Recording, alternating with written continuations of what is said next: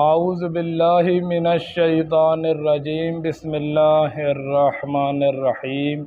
آج اللہ تعالیٰ کی توفیق سے پبلک کے 30 سوالوں کے جوابات آپ کی خدمت میں پیش کروں گا، تو اس ویڈیو کو غور سے سنیں، پھر اس ویڈیو کو آگے شیئر کریں۔ آج کا پہلا سوال یہ ہے، کیا جنابت کی حالت میں ہم سو سکتے ہیں؟ کیا جنابت کی حالت میں ہم سو سکتے ہیں؟ تو آپ اس کا جواب سن لیجئے کہ آپ جنابت کی حالت میں سو سکتے ہیں، بشرطے یہ کہ آپ وضو کر کے سوئیں۔ اللہ کے نبی جب جنابت کی حالت میں ہوتے، سونے اور کھانے کا ارادہ کرتے، اللہ کے نبی نماز کی طرح وضو کر لیتے۔ اگلا سوال یہ ہے، کیا رحمت کے فرشتے اس گھر میں داخل نہیں ہوتے جس گھر میں کتا ہو، جنبی ہو یا کسی جاندار کی تصویر ہو؟ بالکل، اللہ کے نبی نے فرمایا رحمت کے فرشتے اس گھر میں داخل نہیں ہوتے جس گھر میں کتا ہو، جنبی ہو یا کسی جاندار کی تصویر ہو۔ یہ حدیث بالکل ٹھیک ہے۔ اگلا سوال یہ ہے، جنبی آدمی جب دوبارہ بیوی سے صحبت کرنا چاہے تو کیا کرے؟ تو وہ درمیان میں وضو کر لے۔ اگلا سوال یہ ہے، کیا جنابت کی حالت میں آدمی قرآن کی تلاوت کر سکتا ہے؟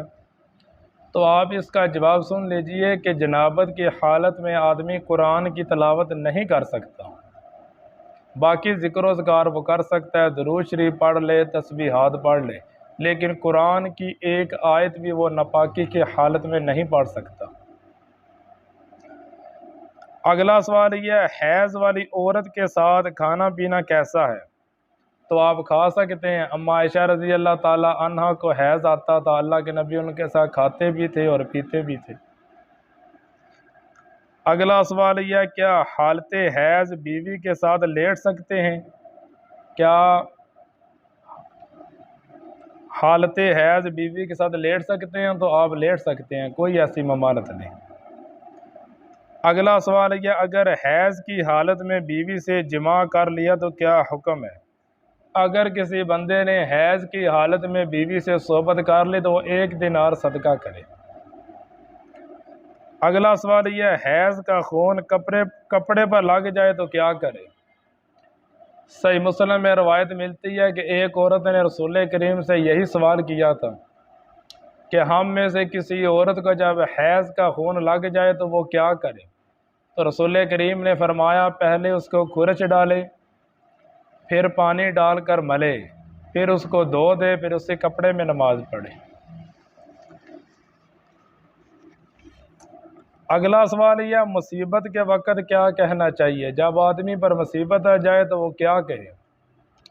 رسول کریم نے فرمایا، جب مسلمان بندے پر کوئی مصیبت آتی ہے تو وہ انا للہ و انا الیہ راجعون اور اللہم اجرنی فی مصیبتی واخلف لی خیر منہا پڑھے تو اللہ تعالیٰ اس کی مصیبت میں اس کو اجر بھی دیتے ہیں اور اس کا نعم البدل بھی عطا کرتے ہیں۔ اگلا سوال یہ، جو بندہ موت کے قریب ہو اس سے کلمے کی تلقین کرنا کیسا ہے؟ تو آپ اس کو کلمے کی تلقین کریں، ایک آدمی اس کے پاس بیٹھ کر کلمہ پڑھے، سن کر وہ بھی پڑھ لے۔ اگلا سوال یہ، جہاں فرض نماز پڑھی ہو وہاں نفل پڑھ سکتے ہیں؟ نہیں پڑھ سکتے۔ صحابہ فرماتے ہیں اللہ کے نبی نے ہم کو حکم دیا کہ ہم دونوں نمازوں کو ایسا نہ ملائیں کہ ان کے درمیان میں نہ بات کریں اور نہ نکلیں۔ جہاں آدمی نے فرض نماز پڑھی ہو وہاں پر نفل نماز نہ پڑھے، جگہ اپنی بدل لے۔ اگلا سوال یہ، جمعے کی نماز میں کیا پڑھنا چاہیے؟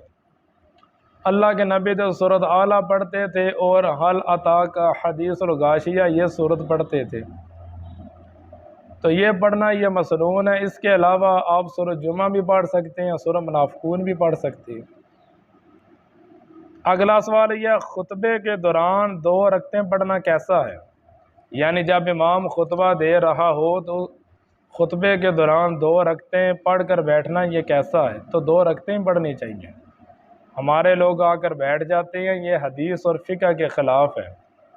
رسول کریم جمعہ کا خطبہ پڑھ رہے تھے، صحیح مسلم میں روایت ہے، تو ایک آدمی آ کر بیٹھ گیا، اللہ کے نبی نے اس سے پوچھا کیا تو نے 2 رکعت پڑھ لی؟ انہوں نے عرض کیا اللہ کے نبی نہیں پڑھی، تو آپ نے فرمایا اٹھو اور 2 رکعتیں پڑھو۔ تو دوران خطبہ جو مسجد میں آئے اس کو بیٹھنے سے پہلے 2 رکعتیں پڑھنی چاہیے۔ اگلا سوال یہ، رسول کریم جب خطبہ پڑھتے تو کیا کہتے؟ نبی علیہ السلام جب خطبہ پڑھتے تو آپ فرماتے فَإِنَّ خَيْرَ الْحَدِيثِ کتاب اللہ وَخَيْرَ الْهَدْيِ هَدْيُ محمد صلی اللہ علیہ وسلم۔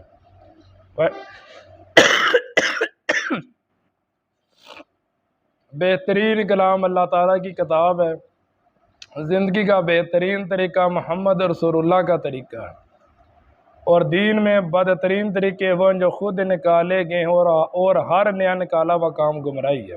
نبی علیہ السلام یہ پڑھتے تھے۔ اگلا سوال یہ ہے، نماز اور خطبہ کتنا لمبا ہونا چاہیے؟ نماز کو لمبا کرنا چاہیے اور بیان کو کم کرنا چاہیے۔ صحیح مسلم میں 2009 نمبر حدیث ہے، عمار رضی اللہ تعالی عنہ نے خطبہ پڑھا، وہ بھی بالکل مختصر۔ جب ممبر سے نیچے اترے تو لوگوں نے کہا کہ آپ تھوڑا سا خطبہ اور پڑھ لیتے، تو انہوں نے کہا کہ رسول اللہ نے فرمایا کہ نماز کو لمبا کرنا اور خطبے کو مختصر پڑھنا آدمی کے سمجھدار ہونے کی نشانی ہے۔ اگلا سوال یہ، جمعہ چھوڑنے پر کیا وعید ہے؟ جمعہ چھوڑنا بہت بڑا گناہ ہے۔ حضور نے فرمایا جو جمعہ 3 بار سستی سے حقیر سمجھ کر چھوڑ دے گا اللہ اس کے دلوں پر مہر لگا دے گا۔ اگلا سوال یہ، کیا رسول کریم کھڑے ہو کر خطبہ پڑھتے تھے؟ نبی علیہ السلام کھڑے ہو کر ہی خطبہ پڑھتے تھے، بیٹھ کر نہیں پڑھتے تھے۔ اگلا سوال یہ، رسول کریم جمعے کے خطبے میں کیا پڑھتے؟ نبی علیہ السلام جمعے کے خطبے میں قرآن پڑھتے اور لوگوں کو نصیحت کرتے۔ اگلا سوال یہ، رسول کریم جمعے کی نماز کب پڑھتے؟ نبی علیہ السلام جمعے کی نماز جب سورج ڈال جاتا اس وقت پڑھتے، یعنی اول وقت میں۔ اگلا سوال یہ، جمعے کے دن غسل کرنا کیسا ہے؟ تو رسول کریم نے فرمایا جو بندہ جمعے کی نماز کے لیے آئے تو اس کو چاہیے کہ وہ غسل کرے، یعنی بالغ مرد کے لیے جمعے کے دن غسل کرنا یہ واجب ہے۔ اگلا سوال یہ، اگر کتا برتن میں منہ ڈال دے تو برتن کو کیسے پاک کرے؟ 7 بار اس کو دھونے وہ پاک ہو جائے گا۔ اگلا سوال یہ، گھروں میں کتے رکھنا کیسا ہے؟ اگر آپ نے کتا رکھا جانوروں کی حفاظت کے لیے تو پھر تو معاملہ ٹھیک ہے، اور اگر شوقیہ رکھا تو پھر بہت بڑا گناہ ہے۔ فرمایا جو بندہ یعنی شوقیہ کتا رکھے جانوروں کی حفاظت اور شکاری وہ کتا نہ ہو تو اس کے ثواب میں سے روزانہ 2 قرات گھٹتے جائیں گے۔ اگلا سوال یہ، کیا حیض کی حالت میں بیوی سے مل سکتے ہیں؟ نہیں مل سکتے۔ اگلا سوال یہ، حیض والی عورت کی گود میں تکیہ لگا کر قرآن پڑھنا کیسا ہے؟ تو آپ پڑھ سکتے ہیں۔ اگلا سوال یہ، کیا حائضہ عورت اپنی چھوڑی ہوئی نمازوں کو پڑھے گی؟ نہیں پڑھے گی۔ اگلا سوال یہ، حائضہ عورت سے خدمت لینا کیسا ہے؟ تو آپ لے سکتے ہیں۔